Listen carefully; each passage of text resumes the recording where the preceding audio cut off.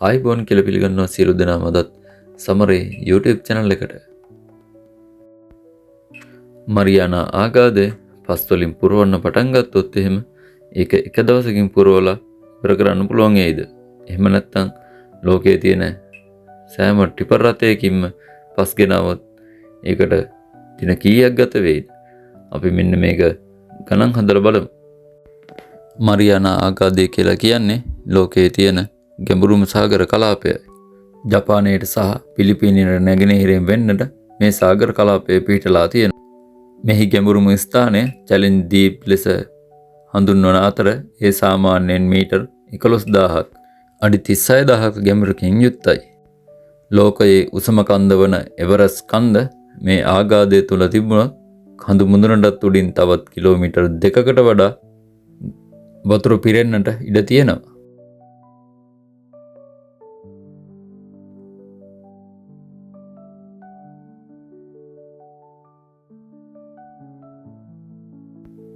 මෙහි ඇති ගැඹුරු බව නිසාම මෙහි පතුලට කිසි දෙනක හිරු එළිය වැටෙන්නේ නැහැ වගේම සම්පූර්ණයෙන්ම අඳුරු පරිසර පද්ධතියක් තමයි මෙහි තියෙන්නේ. අපි බලමු මේ අතිවිශාල මරියානා ආගාදය පස් දාලා පුරවන්න පුළුවන් වෙයිද කියලා. මරියානා ආගාදය පස් දාලා වහන්න පටන් ගත්තොත් ඒක කවදා හරි දවසක පිරෙයිද? ලෝකයේ තිබෙන සෑම ටිපර් රථයකින්ම පස් ගෙනත් දැම්මොත් ඒක පිරෙන්න කොච්චර කාලයක් යයිද? අපි මෙන්න මේක ගණන් හදලා බලමු. මරියානා ආගාදේ විශාලත්වය ගත්තොත් ගැඹුරු කිලෝමීටර් 11කුත් දිගින් කිලෝමීටර් 2500කුත් සහ පළලින් කිලෝමීටර් 69කුත් වන මේ අතිවිශාල මරියානා ආගාදය පිරවීම සඳහා අවශ්‍ය පස් ප්‍රමාණය ඝන මීටර් ට්‍රිලියන 949ක තරම් අතිවිශාල පස් ප්‍රමාණයක් අවශ්‍ය වෙනවා.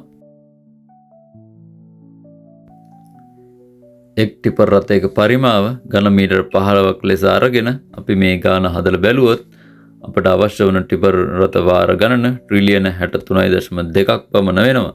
දිනකට ටිපර් රථ වාර ලක්ෂයකින් පස් ගෙනත් දැම්මොත් මේ සඳහා ගත වන කාලය වසර බිලියන 1.73ක අති විශාල කාලයක් වෙනවා. දැන් අපි බලමු මේක අපිට ප්‍රායෝගිකව කරන්න බැරි හේතු මොනවාද කියලා. අංක 1 සාගර දියවැල්. සාගරයේ තිබෙන විශාල දියවැල් මගින් අපි දාන පස් විශාල ප්‍රමාණයක් ඈතට ගසාගෙන යනවා. අංක 2 පරිසර හානිය. මේ තරම් පස් ගන්න නම් මුළු ලෝකයම හාරන්න වෙනවා. ඉතින් මේ හේතුව නිසා පෘථිවියේ තිබෙන පරිසර පද්ධති බොහෝමයක් විනාශයට පත් වෙනවා. අංක 3 මේ සඳහා වන වියදම. මේ සඳහා වන වියදම ඇත්ත වශයෙන්ම අති විශාල මුදලක් වෙනවා.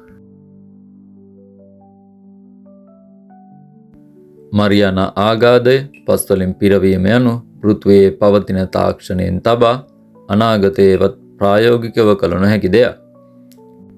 ඉතින් මරියානා ආගාදය පස් වලින් පිරවීම සම්බන්ධයෙන් ඔබේ අදහස කුමක්ද? පල්ලෙහින් කමෙන්ට් කරගෙන යන්න. සුබ දවසක්.